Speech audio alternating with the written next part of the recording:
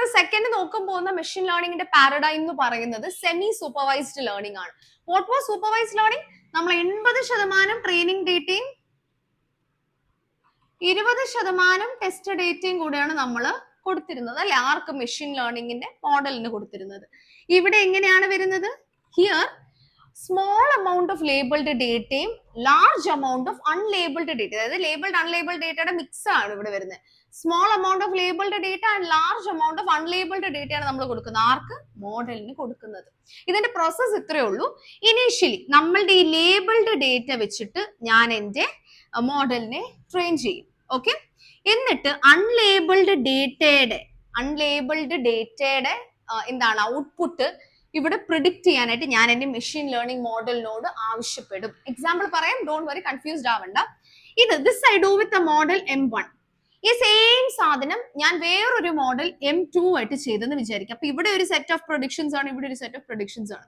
ചില കേസിൽ നമ്മൾ എന്താണെന്ന് വെച്ച് കഴിഞ്ഞാൽ ഈ രണ്ട് മോഡൽസിനെയും കൂടെ നമ്മൾ നമ്മൾ ചെക്ക് ചെയ്യും, രണ്ടുപേരുടെ ഔട്ട്പുട്ട് എങ്ങനെയാണെന്നുള്ളത് ചെക്ക് ചെയ്യും. അത് കഴിഞ്ഞിട്ട് ഇവരുടെ ഔട്ട്പുട്ട് എന്ന് പറയുന്നത് we might represent it using graphs and notes. ഇത് രണ്ട് കമ്പാരിസൺ കോംപ്ലിമെന്ററി വ്യൂസ് നമ്മൾ ചെയ്യാണ്ടിരിക്കാം. പക്ഷെ എപ്പോഴും നമ്മൾ എന്തുകൊണ്ടാണ് ചെയ്യുന്നത്? Because we have A large amount of unlabelled data. ഓരോ മോഡലും എങ്ങനെയാ അൺലേബിൾഡ് ഡേറ്റയെ ഹാൻഡിൽ ചെയ്യുന്നു എന്നുള്ള ഒരു ക്യൂരിയോസിറ്റി നമുക്ക് കാണുമല്ലോ, എങ്ങനെയാണ് പാറ്റേൺസ് അവർ ഓരോ കേസിലും കണ്ടുപിടിക്കുന്നത് എന്നുള്ള ഓരോ മോഡലിന്റെ കേസിൽ. അതാണ് ഇവിടെ ചെയ്യുന്നത്. സോ അറ്റ് ദി എൻഡ് ഈ ഒരു പ്രൊഡിക്ഷൻസ് എല്ലാം how will they represent it as graph അല്ലെങ്കിൽ നോട്ട്സ് ആയിട്ടൊക്കെ ആയിരിക്കും നമ്മൾ ഇവിടെ റെപ്രസെന്റ് ചെയ്യുന്നത്. സോ ഇനി സെമി സൂപ്പർവൈസ്ഡ് ലേണിംഗിന്റെ ഒരു എക്സാമ്പിൾ നമുക്ക് നോക്കാം. First example is A predicting of people from the images given. നമ്മൾ ഈ ഗൂഗിൾ ഫോട്ടോസിലൊക്കെ ചെയ്യത്തില്ലേ, നമ്മൾ എന്നാണ് ഒരു ആൾക്കാരെ ഐഡന്റിഫൈ ചെയ്യാനായിട്ട് ഫ്രം ദി ഇമേജസ്. അപ്പൊ അങ്ങനെ ക്ലാസിഫൈ ചെയ്യാനാണ് ഇവിടെ നമ്മൾ ഉദ്ദേശിക്കുന്നത്. ഇപ്പൊ ഇവിടെ ഞാൻ എന്താണ് കൊടുക്കുന്നത്? ഞാൻ 20 ഇമേജ്, എന്റെ സ്വന്തം ഇമേജ്, ലൈക്ക് എന്റെ ഇമേജ് ലേബിൾഡ് ആസ് അന്ന എന്ന് പറഞ്ഞ് ഞാൻ ഇവിടെ കൊടുക്കുകയാണ്. എത്ര എണ്ണാണ്? ഒരു 20 ഇമേജസ് ഞാൻ ഇങ്ങനെ കൊടുക്കുകയാണ്. ആർക്ക്? എന്റെ മെഷീൻ ലേണിംഗ് മോഡലിന് ഞാൻ കൊടുക്കുകയാണ്. അപ്പം അവർക്ക് ഈ 20 ഇമേജസ് കൊണ്ട് മനസ്സിലാവണം അന്ന എന്ന് പറയുമ്പോഴത്തേനും എങ്ങനെയാണ് ഇരിക്കുന്നത്, കണ്ണെങ്ങനെയാണ്, മൂക്ക് എങ്ങനെയാണ്, വായ എങ്ങനെയാണ് എന്നൊക്കെ പറഞ്ഞിട്ട് ഒരു ഐഡിയ കിട്ടണം ഈ ഒരു 20 ഇമേജസ് കൊണ്ട്. ഇനി അടുത്ത ഞാൻ എന്താ ചെയ്യുന്നത്? ഈ ഒരു 80 അൺലേബിൾഡ് ആയിട്ടുള്ള ഇമേജസിന് ഞാൻ എന്റെ മെഷീൻ ലേണിംഗ് മോഡൽ കൊടുക്കുകയാണ്. ഈ 80-നകത്ത് അന്ന ഉണ്ടാവാം, ഉണ്ടാവാതിരിക്കാം. ചിലപ്പോൾ അതിനകത്ത് ഒരു 50 എണ്ണം ആയിരിക്കും ഒറിജിനലി ഞാൻ, വേറെ 30 എണ്ണം വേറെ ആരുടെയും ഇനി അതർ ഇൻഡിവിജ്വൽസിന്റെ ഫോട്ടോസ് ആയിരിക്കും. So what are we expecting? ഈ 50 ഇമേജസും അന്നയാണെന്നുള്ളത് നമ്മളുടെ മെഷീൻ ലേണിംഗ് മോഡൽ കണ്ടുപിടിക്കണം as a part of prediction. അതാണ് സെമി സൂപ്പർവൈസ്ഡ് ലേണിംഗ് കൊണ്ട് നമ്മൾ ഉദ്ദേശിക്കുന്നത്. ക്ലിയർ ആയോ? അപ്പൊ അവർ കറക്റ്റ് ആയിട്ട് പ്രിഡിക്ട് ചെയ്തിട്ടുണ്ടെങ്കിൽ അവർക്ക് കറക്റ്റ് ആയിട്ട് കാര്യങ്ങൾ മനസ്സിലായി എന്നുള്ളതാണ്. സെമി സൂപ്പർവൈസ്ഡ് ലേണിംഗിന്റെ ആപ്ലിക്കേഷൻ എന്ന് പറയുന്നത് സ്പാം ഇമെയിൽ ഡിറ്റക്ഷൻ ഒക്കെ ആയിട്ട് നമ്മൾ യൂസ് ചെയ്യും. സ്പാം ഇമെയിൽ കണ്ടുപിടിക്കാനായിട്ട് ചില വേർഡ്സ് ആയിരിക്കും നമ്മൾ ഉദ്ദേശിക്കുന്നത്. ഫോർ എക്സാമ്പിൾ ക്ലിക്ക്, ഞാൻ ജസ്റ്റ് എക്സാമ്പിൾ പറയാട്ടോ, അല്ലെങ്കിൽ കൺഗ്രാറ്റുലേഷൻസോ, അല്ലെങ്കിൽ ഇപ്പം ഒരു 2-3 എക്സ്ക്ലമേഷൻ മാർക്ക് ഒരുമിച്ച് വരുന്നു. അങ്ങനത്തെ കുറച്ച് വേർഡ്സ് നമുക്ക് ഓൾറെഡി മനസ്സിൽ കാണും. ഓക്കെ, അപ്പം ഞാൻ എന്റെ മെഷീൻ ലേണിംഗ് മോഡലിന് ഞാൻ കുറച്ച് ഇമെയിൽസ് ഇത് സ്പാം ആണെന്ന് പറഞ്ഞ് ഞാൻ കൊടുക്കുവാണ്. ഇത് സ്പാം ഇമെയിൽസ് ആണെന്ന് പറഞ്ഞ് ഞാൻ കൊടുക്കുകയാണ്. അപ്പൊ മെഷീൻ ലേണിംഗ് മോഡൽ മനസ്സിലാക്കും, ഓക്കെ ക്ലിക്ക് എന്ന് പറഞ്ഞ വേർഡ് ഉള്ളത്, അല്ലെ കൺഗ്രാറ്റുലേഷൻ എന്ന് പറഞ്ഞ വേർഡ് ഉള്ളത്, അല്ലെ കുറെ എക്സ്ക്ലമേഷൻ ഒക്കെ ഉള്ളത് അത് സ്പാം ആയിട്ട് എനിക്ക് മനസ്സിലായി. പിന്നെ ഇനി എന്നാണ് ചെയ്യുന്നത്? നമ്മൾ അൺലേബിൾഡ് ആയിട്ടുള്ള കുറച്ച് മെയിൽസ് കൊടുക്കുകയാണ്, ഇത് സ്പാം ആണോ അല്ലയോ എന്ന് കണ്ടുപിടിക്കാനായിട്ട്. So if it is able to identify the spam emails, അങ്ങനെയാണെങ്കിൽ ആ മോഡൽ അവിടെ ഒരു വിജയമാണ്. അതായത് അതിന് പാറ്റേൺ കറക്റ്റ് ആയിട്ട് മനസ്സിലായിരുന്നുള്ളൂ. So that is again another example for semi supervised learning. പിന്നെ മെഡിക്കൽ ഡയഗ്നോസിസിനായിട്ടും നമുക്ക് ഈ ഒരു type of machine learning paradigm use ചെയ്യാനായിട്ട് പറ്റും. അടുത്ത് നമ്മൾ നോക്കാൻ പോകുന്നത് അൺസൂപ്പർവൈസ്ഡ് ലേണിംഗ് ആണ്. അൺസൂപ്പർവൈസ്ഡ് ലേണിംഗിൽ എന്താണ് സംഭവിക്കുന്നത്? We are giving unlabelled data, അതായത് വിത്തൗട്ട് എനി ലേബിൾഡ് ഡേറ്റ ആയിട്ടായിരിക്കും ഇത് വർക്ക് ചെയ്യുന്നത്. അപ്പൊ നിങ്ങൾ ആലോചിക്കൂ, ദൈവം ഒരു ലേബിൾ പോലും ഇല്ലാണ്ട് എങ്ങനെയാണ് മെഷീൻ ലേണിംഗ് മോഡലെ മനസ്സിലാക്കും? അതിന് അവർ പാറ്റേൺസ് റെക്കഗ്നൈസ് ചെയ്ത് ഇവർ ഗ്രൂപ്പ് ചെയ്യും. എന്തെങ്കിലും ഡേറ്റ പോയിന്റ്സോ സ്ട്രക്ചേഴ്സോ ഒക്കെ വെച്ചിട്ട് ഇവർ ഗ്രൂപ്പ് ചെയ്യും. ഗ്രൂപ്പ് ചെയ്തിട്ടാണ് ഇവർ ഓരോന്നും ഐഡന്റിഫൈ ചെയ്യുന്നത്. ഓക്കെ, ഇവിടുത്തെ പ്രോസസ് എങ്ങനെയാണ്? അൺലേബിൾഡ് ഡേറ്റയെ നമ്മൾ കളക്ട് ചെയ്യും, അൽഗോറിതം നമ്മൾ സെലക്ട് ചെയ്ത് മോഡലിനെ ട്രെയിൻ ചെയ്ത് ഡേറ്റ ഗ്രൂപ്പ് ചെയ്യും. അത് കഴിഞ്ഞിട്ടാണ് നമ്മൾ ഓരോ പ്രൊഡിക്ഷനിലോട്ട് എത്തുന്നത്. ഓക്കെ, ഓരോ ഇന്റർപ്രിട്ടേഷനിലോട്ട് നമ്മൾ എത്തുന്നത്. അൺസൂപ്പർവൈസ്ഡ് ലേണിംഗിന്റെ ഒരു എക്സാമ്പിൾ, നമ്മുടെ റിയൽ ലൈഫിൽ ഒരു example we can take it Netflix example. നമ്മൾ നെറ്റ്ഫ്ലിക്സിലോട്ട് കയറുവാണ്. നമ്മൾ ഓരോ സമയത്ത് ഓരോ സിനിമകൾ കാണുന്നു, കുറച്ച് മണിക്കൂറിന് കാണുന്നു. ചില സിനിമകൾ നമ്മൾ തുടങ്ങി പാതിയാകുമ്പോഴേ നമുക്ക് ഇഷ്ടപ്പെട്ട് നിർത്താണ്ട് പോകുന്നു.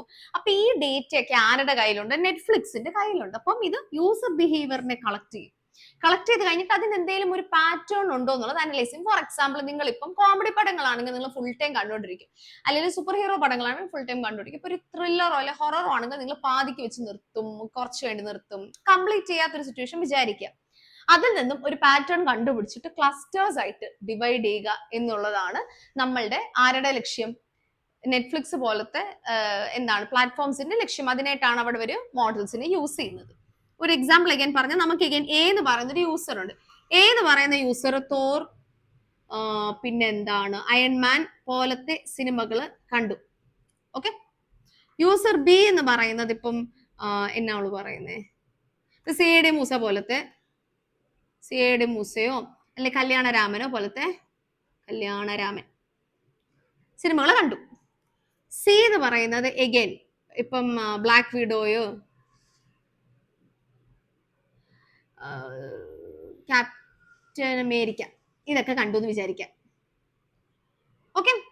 അപ്പം ഇവിടെ ഇവര് ഈ യൂസേഴ്സ് തമ്മിലൊരു പാറ്റേൺ കണ്ടുപിടിക്കാനായിട്ട് നോക്കുവാണ്. ഓക്കെ. ഇപ്പൊ ഒരു ഡി അഗൈൻ കോമഡി മൂവീസ് ആണ് കാണുന്നതെന്ന് വിചാരിക്കുക, സം കൈൻഡ് ഓഫ് കോമഡി. എനിക്ക് കോമഡി മൂവീസ് മനസ്സിലെഴുതില്ല. ഓക്കെ, തൽക്കാലത്ത് നമുക്ക് ഡി വേണ്ട, ABC മാത്രം മതി. ഓക്കെ. അപ്പം എ ഇപ്പം തോറും അയൺമാൻ ഒക്കെ കാണാണ്. സി എന്ന് പറയുന്നത് ബ്ലാക്ക് വിഡോ, ക്യാപ്റ്റൻ അമേരിക്ക കാണുന്നുണ്ട്. സോ ഇതിൽ നിന്നും നെറ്റ്ഫ്ലിക്സ് എന്താണ് മനസ്സിലാക്കുക? അപ്പൊ ഇതെല്ലാം ഫുൾ മൂവീസ് ഇരുന്ന് കാണുവാണെന്നുണ്ടെങ്കിൽ നെറ്റ്ഫ്ലിക്സ് എന്താ മനസ്സിലാക്കുന്നത്? ഓക്കെ, ഇതിൽ നിന്നും ഒരു പർട്ടിക്കുലർ പാറ്റേൺ അവർ കണ്ടുപിടിക്കും. ഓക്കെ, ഇന്ന മൂവീസ് ഇഷ്ടമാണ്. ഇതൊക്കെ വരുന്ന ഏത് കാറ്റഗറിയിലാണ്? സൂപ്പർ ഹീറോ മൂവീസ് കാറ്റഗറിയാണ്. ഓക്കെ. അപ്പൊ നെക്സ്റ്റ് ടൈം എ എന്ന് പറഞ്ഞ യൂസർ നെറ്റ്ഫ്ലിക്സിൽ കയറുമ്പോൾ സൂപ്പർ ഹീറോസ് റിലേറ്റഡ് മൂവീസ് ആയിരിക്കും കാണിക്കുക, both for A and C. Why? Because they are interested in super hero movies.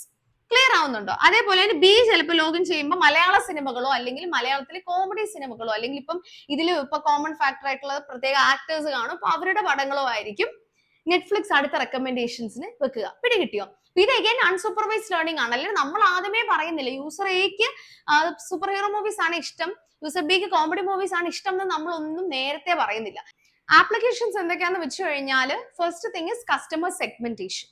അപ്പം കസ്റ്റമേഴ്സിന് അവരുടെ പർച്ചേസിങ് ഹിസ്റ്ററി അനുസരിച്ച് അല്ലെങ്കിൽ അവർ how much time they spend in a particular app അനുസരിച്ച് ഇവരെ ഡിവൈഡ് ചെയ്യാം, ക്ലാസിഫൈ ചെയ്യാം. ഇപ്പം ഞാനൊരു മൊബൈൽ ഫോൺ മേടിച്ചു, അങ്ങനെയാണ് മൊബൈൽ കവർ മേടിക്കും എന്നുള്ള ഒരു അണ്ടർസ്റ്റാൻഡിങ് ഉണ്ടല്ലോ, അതൊക്കെയാണ് കസ്റ്റമർ സെഗ്മെന്റേഷന് കീഴിൽ വരുന്നത്. പിന്നെ വരുന്ന അനോമലി ഡിറ്റക്ഷൻ. സോ നമ്മൾ ഇനി അടുത്ത് നോക്കാൻ പോകുന്നത് റീഇൻഫോഴ്സ്മെന്റ് ലേണിംഗ് ആണ്. റീഇൻഫോഴ്സ്മെന്റ് ലേണിംഗ് എന്താന്ന് പറയുന്നതിന് മുൻപേ ഞാൻ നിങ്ങൾക്ക് കുറച്ച് ടേംസ് പരിചയപ്പെടുത്താം. ഓക്കെ. ആദ്യം എന്ന് പറഞ്ഞാൽ ഏജന്റ്. ഏജന്റ് എന്ന് പറഞ്ഞാൽ എന്താണ്? ഡിസിഷൻ മേക്കറിനെയാണ് ഏജന്റ് എന്ന് പറയുന്നത്. ഫോർ എക്സാമ്പിൾ ഇപ്പൊ ഈ ഒരു സിറ്റുവേഷൻ എടുത്താൽ ഞാൻ ഒരു ഏജന്റ് ആണെന്ന് വിചാരിക്കാം. Okay, I M N agent, me being an individual. എനിക്ക് ഡിസിഷൻസ് ഇവിടെ എടുക്കാനായിട്ട് ഇപ്പൊ എന്താ അങ്ങോട്ടും ഇങ്ങോട്ടും നീങ്ങാനായിട്ടൊക്കെ പറ്റുമല്ലോ. അപ്പൊ അങ്ങനെ എന്നെ ഒരു ഏജന്റ് ആയിട്ട് നിങ്ങൾ വിചാരിച്ചാൽ മതി. പക്ഷെ ഇത് നോൺ ലിവിംഗ് തിങ് ആണ്. നമ്മളെ മെഷീൻ ലേണിംഗിന്റെ മോഡലിനെയാണ് ഇവിടെ വിശേഷിപ്പിക്കുന്നത് ഏജന്റ് ആയിട്ട്. എൻവയറമെന്റ് എന്താണ്?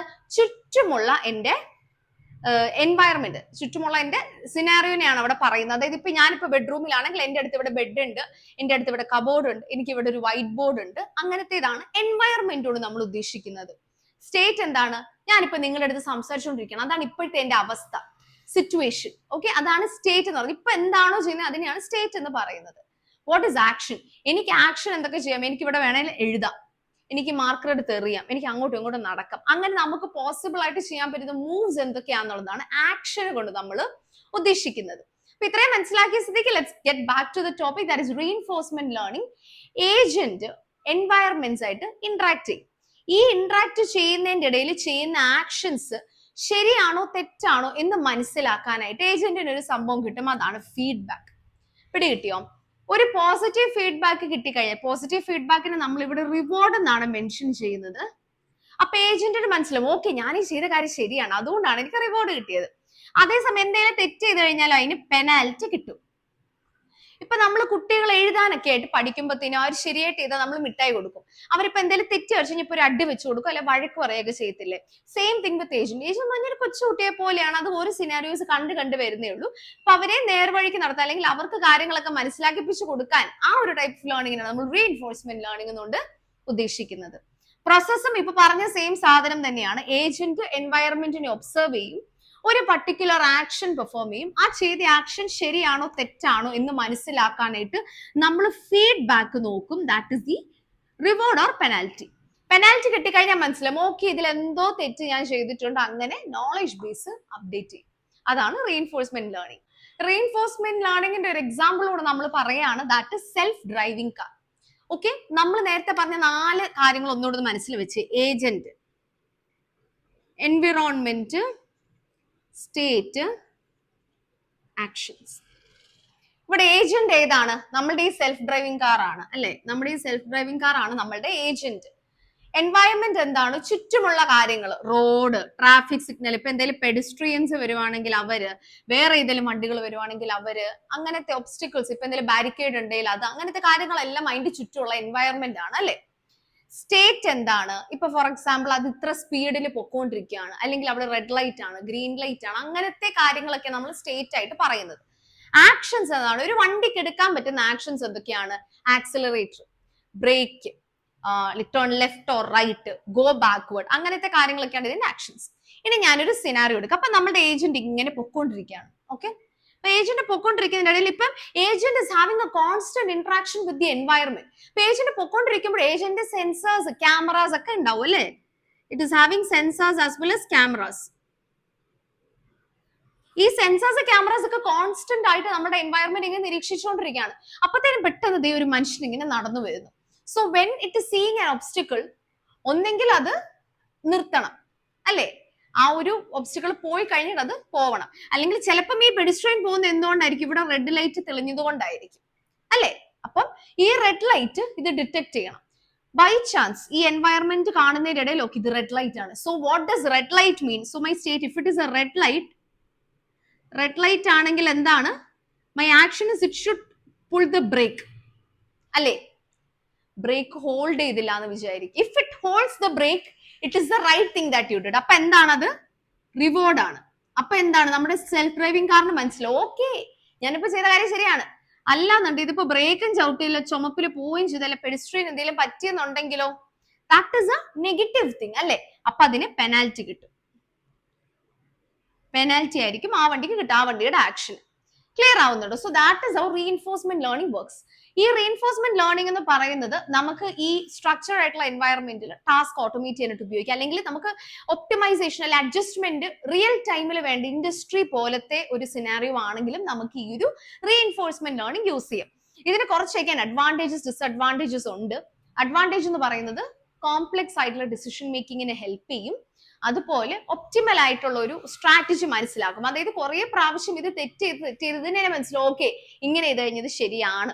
അങ്ങനെ കംപ്ലീറ്റഡ് കോൺസ്റ്റന്റ് ആയിട്ട് ഫീഡ്ബാക്ക് കിട്ടുന്നതുകൊണ്ട് തന്നെ ഒരു നല്ല സ്ട്രാറ്റജി ഇതിന് ഉണ്ടാക്കി എടുക്കാനായിട്ട് സാധിക്കും. ഡീമെറിറ്റ്സ് എന്താണ്? An increase in the computational resources ആണ്. ട്രെയിനിങ്ങിന് ഒരുപാട് സമയം എടുക്കും. നമ്മളിങ്ങനെ ഫീഡ്ബാക്ക് പറഞ്ഞായിരിക്കും ഇത് നന്നാവുക. അപ്പം ഇതാണ് റീഇൻഫോഴ്സ്മെന്റ് ലേണിംഗ് കൊണ്ട് നമ്മൾ ഉദ്ദേശിക്കുന്നത്.